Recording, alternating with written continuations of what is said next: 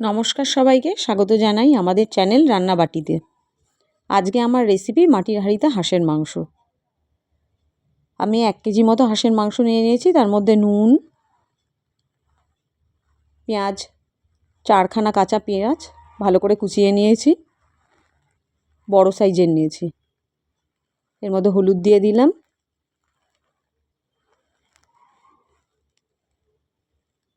লঙ্কার গুঁড়ো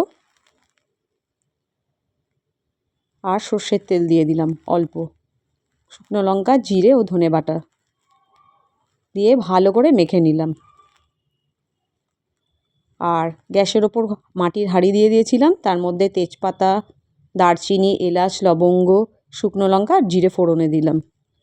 এবার এই মশলাটা থেকে যখন সুন্দর গন্ধ বেরোতে শুরু করবে, তখন আমি হাঁসের মাংসটা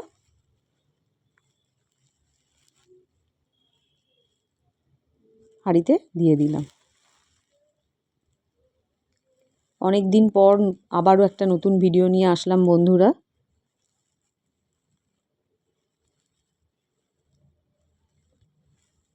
এবার আস্তে আস্তে ভালো করে মাংসটাকে কষিয়ে নিতে হবে।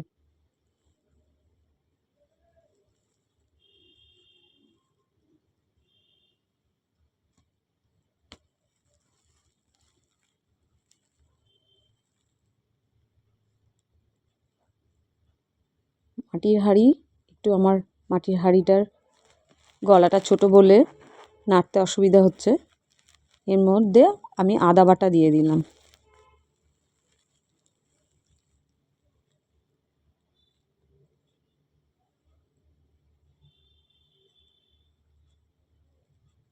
এবার ঢাকা দিয়ে দিলাম। আবার ঢাকাটা খুলে রসুনটা দিয়ে দিলাম। রসুনটা দিতে ভুল হয়ে গেছিল। দিয়ে কিছুক্ষণ আবার নাড়াচাড়া করে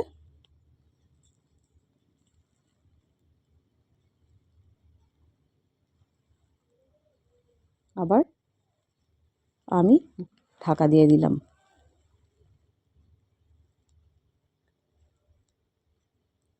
মাংসটা কষাতে কষাতে আমাদের গ্যাসটা শেষ হয়ে গেছিলো। তার জন্য আবার গ্যাসটা বদলে আবার নতুন গ্যাস লাগানো হয়।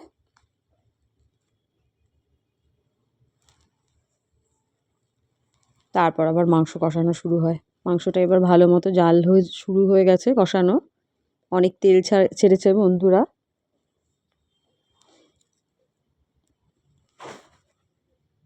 এবার আমি আলুগুলো দিয়ে দিলাম, কারণ কাঁচা আলু দিলাম। কাঁচা আলু সেদ্ধ হতে অনেকটা সময় লাগবে। হাঁসের মাংস একটু শক্ত হয়। হাঁসের মাংস শক্ত হওয়ার জন্য আলুটা আর হাঁসের মাংসটা একসাথে জাল হলে অনেকক্ষণ সময় ধরে নিয়ে আলুগুলোও সেদ্ধ হয়ে যাবে, হাঁসের মাংসটাও সেদ্ধ হয়ে যাবে।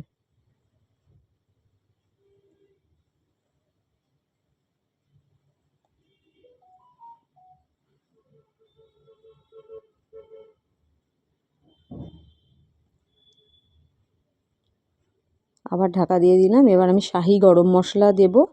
ঢাকাটা সরিয়ে শাহি গরম মশলা দিয়ে দিলাম। গরম মশলার গুঁড়োটা দিয়ে কিছুক্ষণ আবার নাড়িয়ে চাড়িয়ে নেব। কারণ মাটির হাঁড়িটা খুব বেশি মোটা না, একটু পাতলা। তাই জন্য আমাকে বারে বারে একটু নেড়ে চেড়ে দেখতে হচ্ছে, নিচে ধরে না যায়।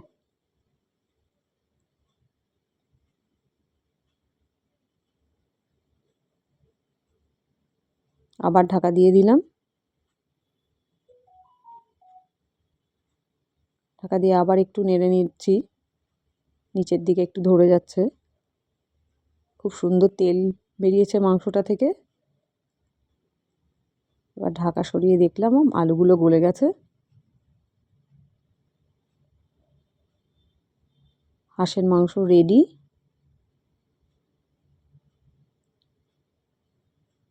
এত সুন্দর গন্ধ বেরিয়েছে যে তখনই মনে হচ্ছিল খেতে শুরু করে দিই। ভিডিওটা দেখার জন্য সবাইকে ধন্যবাদ। ভালো লাগলে অবশ্যই লাইক, কমেন্ট, শেয়ার করবেন। নমস্কার।